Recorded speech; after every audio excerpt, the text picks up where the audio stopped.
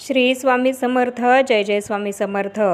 तुम्हा सर्वांचं पुन्हा एकदा अगदी मनापासून आपल्या या नवीन व्हिडिओमध्ये मी स्वागत करते. तर उद्या आहे अजा एकादशी आणि उद्या गुरुवारसुद्धा आहे आणि श्रावण महिन्यातली ही शेवटची एकादशी आहे. गुरुवार आणि एकादशी तिथी हा शुभ संयोग उद्याच्या दिवशी जुळून आलेला आहे.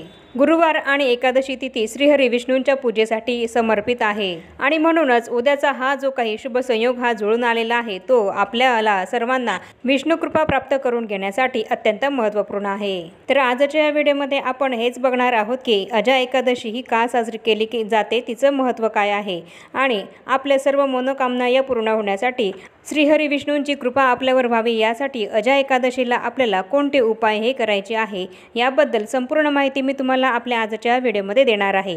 त्यामुळे हा व्हिडिओ कुठेही स्किप न करता शेवटपर्यंत नक्की बघा, म्हणजेच तुम्हाला अजा एकादशीचं महत्त्व सुद्धा समजेल आणि त्यासोबतच श्रावणातल्या या अत्यंत महत्त्वपूर्ण मानल्या जाणाऱ्या अजा एकादशीचे महत्त्व समजून तुम्हाला कोणते उपाय करायचे आहे याबद्दल संपूर्ण माहिती सुद्धा मिळेल. म्हणून व्हिडिओ शेवटपर्यंत बघा. श्रीकृष्ण जन्माष्टमीनंतर येणाऱ्या एकादशीला अजा एकादशी असं म्हटलं जातं आणि ही अजा एकादशी उद्या गुरुवारी 29 ऑगस्टला असणार आहे आणि ज्यांचं एकादशीचं व्रत असतं त्यांचं उद्याच व्रत हे असणार आहे. एकादशी तिथी ही भगवान श्रीहरी विष्णूंना समर्पित आहे. तर ही अजा एकादशी का साजरी केली जाते तर यामागे सुद्धा एक व्रतकथा आहे की पुराणानुसार एकादशीचे महत्त्व स्वतः भगवान श्रीकृष्णांनी धर्मराजा युधिष्ठिर यांना सांगितले होते. या व्रताचे महत्त्व विशद करताना त्यांनी सांगितले आहे की जो अजा एकादशीचा उपवास करतो त्याला अश्वमेध यज्ञ करण्या इतकेच पुण्य हे मिळत असतं. मृत्यूनंतर त्याला विष्णू लोकामध्ये स्थान मिळते. अजा एकादशीची पुराणानुसार सांगितली गेलेली कथा अशी आहे की सत्ययुगामध्ये सूर्यवंशी चक्रवर्ती हरिश्चंद्र हे एक महान सत्य बोलणारे राजा होते आणि त्यांच्या सत्य बोलण्यासाठी ते प्रसिद्ध होते. एकदा त्यांनी आपला शब्द दिला आणि त्या शब्दासाठी त्यांनी आपले संपूर्ण राज्य राज ऋषी विश्वामित्रांना दान केले. इतकेच नाही तर त्यांनी आपली पत्नी आणि मुलगाच नव्हे तर स्वतःलाही एका चांडालाला गुलाम म्हणून विकलं. त्यामुळे त्यांना अनेक कष्ट हे सोसावे लागले पण ते सत्यापासून विचलित झाले नाही. मग एके दिवशी त्यांची भेट ही ऋषी गौतमांसोबत झाली. तेव्हा ऋषी गौतम यांना या समस्येवर उपाय विचारला.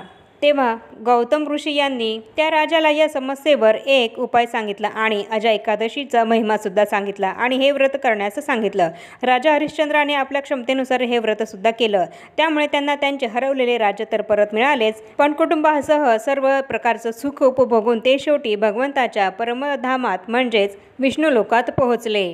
अजा एकादशीच्या व्रताच्या प्रभावामुळे त्यांची सर्व पापे नष्ट झाली. हरवलेले राज्य आणि कुटुंबही त्यांना परत मिळाले. अजा एकादशीचे व्रत केल्याने आपल्या सर्व मनोकामना या तर पूर्ण होतातच, शिवाय शरीर मन आणि विचारांमध्ये सुद्धा शुद्धता येते. जर तुम्ही काही विशेष मंत्रांचा एकत्रितपणे जप अजा एकादशीला केला तर आपल्या सर्व समस्या या विष्णू कृपेने दूर होतात. अजा एकादशीचं व्रत केल्याने आपल्याला आपल्या सर्व पापांपासून मुक्ती मिळते आणि या सांसारिक जीवनामध्ये आपल्याला ज्या काही समस्या आहेत, जे काही दुःख आहे, जे काही कष्ट आहे ते सगळे दूर होतात आणि आपल्याला मृत्यूनंतर विष्णू लोकामध्ये स्थान मिळते. तर याप्रमाणे अजा एकादशीचे अनन्यसाधारण असे महत्त्व आहे. आणि आता आपण हे जाणून घेऊया की या अजा एकादशीला आपल्याला कोणते उपाय हे करायचे आहे की ज्यामुळे आपल्या सर्व मनोकामना या पूर्ण होतील. तुम्हाला जर सतत आर्थिक चणचण ही जाणवत असेल आणि धनप्राप्ती ही तुम्हाला अपेक्षेप्रमाणे होत नसेल तर अजा एकादशीला असे कोणते महत्त्वपूर्ण उपाय हे करायचे आहे की जेणेकरून तुमच्या आयुष्यातलं दारिद्र्य हे दूर होईल, आर्थिक चणचण आर्थिक समस्या या तुमच्या दूर होतील आणि भगवान विष्णू आणि माता लक्ष्मी या दोघांच्या आशीर्वादाने तुम्हाला तुमच्या आयुष्यामध्ये आर्थिक समस्या या जाणवणारच नाहीत. तुमच्या सर्व आर्थिक समस्या या दूर होतील. यासाठीच कोणते उपाय करायचे आहे हेच आता आपण बघूया. अजा एकादशीला विष्णू पूजनासह काही उपाय करणं हे अत्यंत लाभदायक असं ठरत असतं आणि या उपायांनी आपल्याला शुभ फळ हे मिळतात. यामुळे आपल्याला आर्थिक संकटातून मुक्ती मिळते. तुम्हाला जर सतत आर्थिक चणचण ही जाणवत असेल तर उद्या अजा एकादशीला दक्षिणावर्ती शंखाने भगवान श्रीहरी विष्णूंचा अभिषेक हा करायचा आहे. आपल्या देवघरामध्ये बाळकृष्णांची जी मूर्ती आहे त्या मूर्तीला दक्षिणावर्ती शंखाने आपल्याला अभिषेक हा करायचा आहे. दक्षिणावर्ती शंखामध्ये माता लक्ष्मीचा वास असतो. अजा एकादशीच्या दिवशी शंखामध्ये कच्चे दूध आणि केशर टाकून भगवान विष्णूंचा म्हणजे बाळकृष्णाच्या मूर्तीचा अभिषेक हा करा. यामुळे देवी लक्ष्मीचा आशीर्वाद हा तुम्हाला प्राप्त होईल आणि तुमची आर्थिक स्थिती ही अधिकच मजबूत होत जाईल. तर हा झाला उपाय पहिला. आणि आता दुसरा उपाय आहे तो म्हणजेच भगवान विष्णूंचा आशीर्वाद प्राप्त करून घेण्यासाठी आणि धनप्राप्ती ही आपल्याला व्हावी यासाठी अजा एकादशीच्या दिवशी पिंपळाच्या झाडाला जल अर्पण करा।